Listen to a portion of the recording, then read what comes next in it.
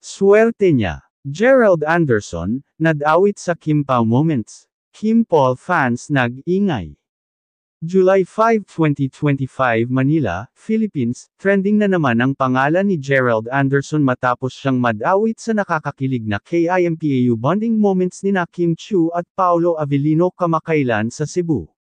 Sa sobrang kilig ng fans, may nagsabi pang, swerte ni Gerald noon, pero mas swerte ngayon si Paolo. Kim Pao sa gitna ng init ng summer.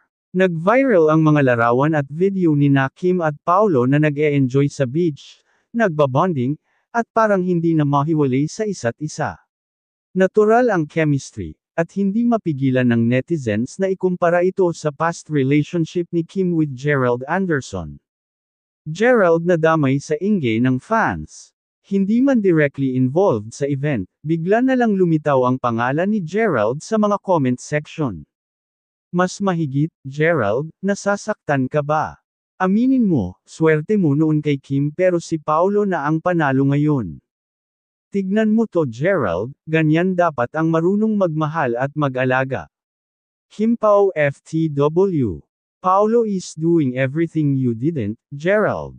Sayang ka, bro. Throwback feels. Marami ang naalala ang panahon ng Kimmerald, pero ngayon, mas pinipili ng fans ang mature, slow burn love team na hatid ng Kim Pao. Parang sa bawat tinginan at ngiti nila Kim at Paolo, may real connection talaga. Netizen REACTIONS. Mas mahigit, Gerald must be punching the air right now watching Kim Pao glow up together, at Kimmerald to Kim Pao.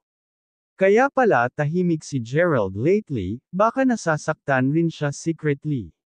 Pero, choices are choices, at showbiz TF. Paolo, wag mong bibitawan si Kim ha. You're doing great, at Team Kim Pao official. Pag may nawala, may mas better na darating. Sabi nga ng netizens, swerte ni Gerald noon, pero jackpot si Paolo ngayon. Stay tuned para sa next kilig update ni Kim at Paolo, dito lang sa Celebrity Hub.